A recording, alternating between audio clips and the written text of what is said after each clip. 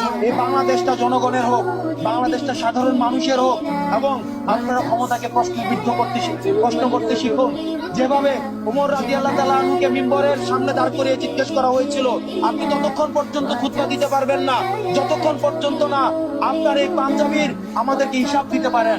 রাষ্ট্রীয় পোশাক থেকে যে পাঞ্জাবির কাপড় আমাদেরকে দেওয়া হয়েছিল, সেই পাঞ্জাবির কাপড় দিয়ে আমাদের একটা পূর্ণাঙ্গ আমাদের জুব্বা হয় নাই।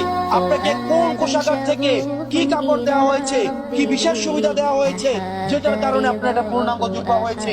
আমরা সেই ওমর রাদিয়াল্লাহু তাআলা আনহুকে যেভাবে ক্ষমতাকে যেভাবে প্রশ্নবিদ্ধ করার একটা সমাজ আমাদের প্রতিষ্ঠিত হয়েছিল, দাস যেভাবে প্রভুকে প্রশ্ন করার একটা সমাজ প্রতিষ্ঠিত হয়েছিল, ক্ষমতাকে যেভাবে প্রশ্ন করার একটা সমাজ বর্তমানে আমরা ফিল করতে পারছি।